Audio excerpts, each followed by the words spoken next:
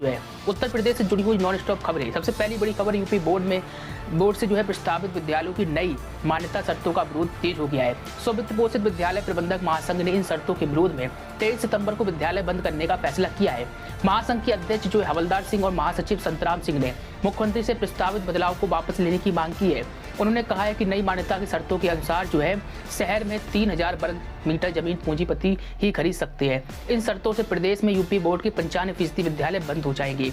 शिक्षकों का रोजगार छिन जाएगा और मध्यम आय वर्ग वाले परिवारों के बच्चे शिक्षा से वंचित हो जाएंगे। महासंघ ने जो है अन्य सभी शिक्षकों व प्रबंधक संगठनों से भी जो है विरोध में एकजुट होने का आह्वान किया है।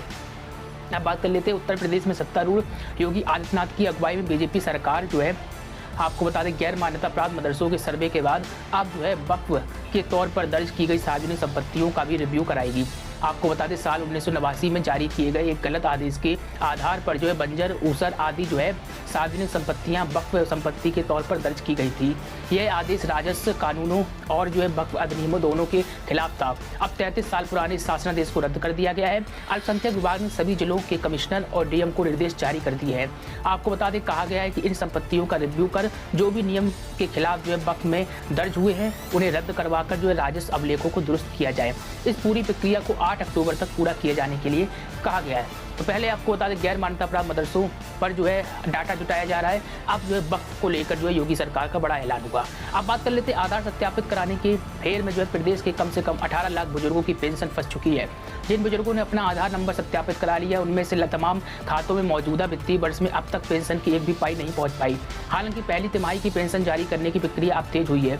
उम्मीद है कि जल्दी उन्हें जून तक की पेंशन मिल जाएगी।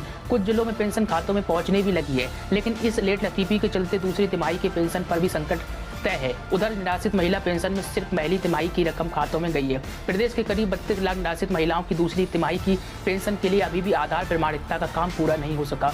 आपको बता दें बिना आधार प्रमाणिकता के जो है पेंशन देने का प्रावधान नहीं है, यानी कि बिना आधार के आप पेंशन नहीं प्राप्त कर पाएंगे। खैर आप बात कर लेते हैं पुलिस में नौकरी की तलाश में बैठे उम्मीदवारों के लिए अच्छी खबर है। उत्तर प्रदेश पुलिस रेडियो संपर्क के द्वारा हजारों पदों पर वैकेंसी निकाली है, जिसके लिए उम्मीदवार जो है जल्दी आवेदन कर पाएंगे। आपको बता दें पुलिस भर्ती एवं प्रोन्नति बोर्ड ने जो है भर्ती कराने के लिए कार्यदायी संस्था के चयन की प्रक्रिया शुरू कर दी है। पुलिस भर्ती बोर्ड के अनुसार जो है पुलिस रेडियो संपर्क में करीब 2500 पद पर जो है भर्ती की जाएगी। इस भर्ती के तहत जो है कर्मशाला कर्मचारी के 120 पद, सहायक परिचालक के जो है 1374 पद और प्रधान परिचालकों के 936 पदों पर भर्ती की जाएगी। उम्मीदवार ध्यान रखें कि रिक्त पद की संख्या बढ़ भी सकती है। तो कहीं ना कहीं एक बड़ी अच्छी खबर जो है निकल कर आई जो हमने आपको बताई। चैनल को सब्सक्राइब नहीं किया करिए, लाइक और शेयर करना मत भूलिए। कमेंट में कोई प्रतिक्रिया है तो अवश्य रखें। अब बात कर लेते हैं नेता प्रतिपक्ष अखिलेश यादव ने कहा है कि जिस तरह उत्तर प्रदेश मुख्यमंत्री को काला झंडा दिखाने वाले युवक के पास बम मिलना बताते हुए उसे जेल भेज दिया गया, कहीं ऐसा ही जो है कार्रवाई सपा विधायक आजम खान के यहाँ पर न हो। दरअसल बुधवार को समाजवादी पार्टी ने विधानसभा में कार स्थगन प्रस्ताव के तहत सपा विधायक जो है आजम खान के खिलाफ पुलिस की ओर से जा रही झूठी कार्रवाई का मुद्दा उठाया। संसदीय कार्य मंत्री सुरेश खन्ना ने कहा कि आजम खान के खिलाफ जो मुकदमा दर्ज कराया गया है वह उनके ही सजातीय व्यक्ति ने दर्ज कराया है। इसी के साथ ही उन्होंने कहा कि समाजवादी पार्टी के आरोपों का मैं खंडन करता हूं और आजम के खिलाफ जो दर्ज मुकदमों में नियमानुसार कार्रवाई की जा रही है। इसी के साथ ही मामला अदालत में विचाराधीन होने के कारण जो है वह कोई टीका टिप्पणी जो है नहीं कर रहे हैं। इसी के साथ ही अब बात कर लेते हैं उत्तर प्रदेश विधानसभा के मानसून सत्र में प्रदेश सरकार द्वारा किसानों को सिंचाई के लिए मुफ्त बिजली का मुद्दा उठाया गया। प्रश्नकाल के दौरान जो है रालोद और सपा सदस्यों ने किसानों को जो है मुफ्त बिजली देने के बारे में बार बार सवाल किया। तो ऊर्जा मंत्री जो है AK शर्मा ने इसके जवाब में कहा है कि सरकार किसानों को सिंचाई के लिए बिजली पर 88.19% जो है छूट दे रही है। पर जब विपक्ष नेता अखिलेश यादव ने जो है ये सवाल पूछा कि विधानसभा अध्यक्ष सतीश महाना ने इस सवाल का अंत यह कहकर जो है किया कि मंत्री का कहना है कि सरकार किसानों को सिंचाई के लिए फ्री बिजली नहीं देगी।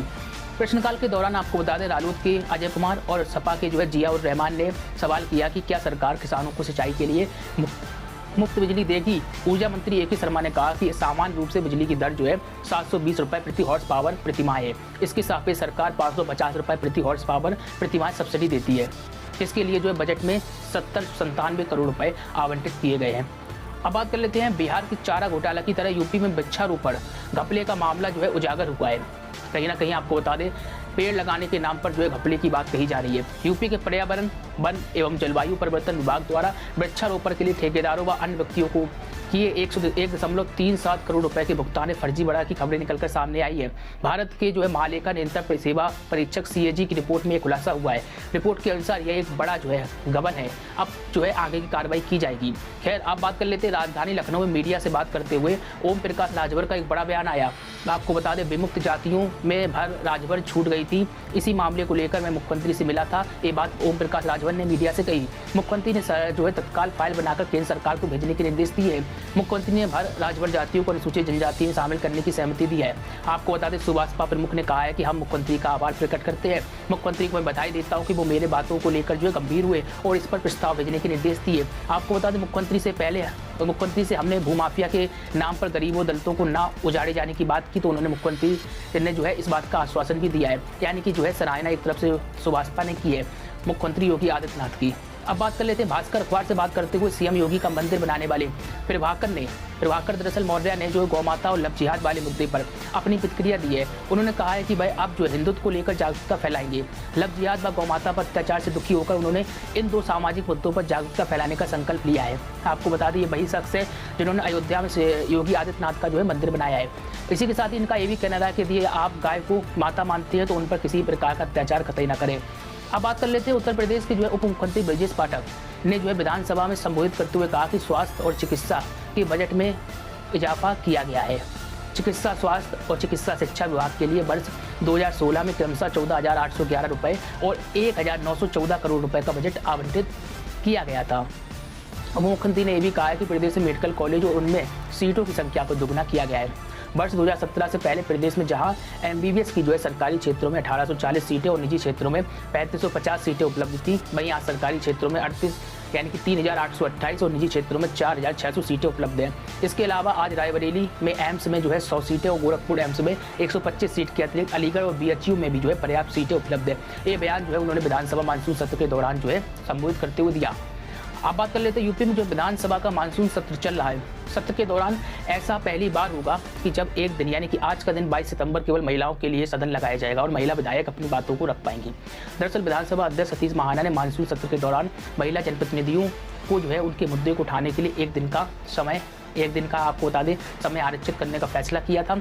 अब जो है इस ऐतिहासिक दिन से एक दिन पहले जो है सीएम योगी ने महिला विधायकों को पत्र लिखा था और मिशन शक्ति के बारे में जानकारी देते हुए उन्हें शुभकामनाएं भी दी थी।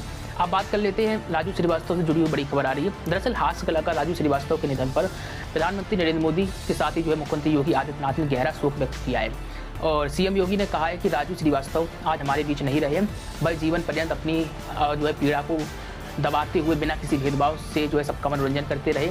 सीएम ने कहा है कि राजू श्रीवास्तव ने हास्य कला की विधा को अपनी जो है प्रतिभा एवं मेहनत से नई ऊंचाइयों तक पहुंचाया। उत्तर प्रदेश फिल्म विकास परिषद के माध्यम से उत्तर प्रदेश की परंपरागत कला की विधाओं के उत्थान में उनका जो है सराहनीय योगदान रहा। आपको बता दें, राजू श्रीवास्तव के निधन से जो है पूरे देश भर में शोक की लहर दौड़ गई और एक हास्य कलाकार जो है देश ने खो दिया। अब बात कर लेते हैं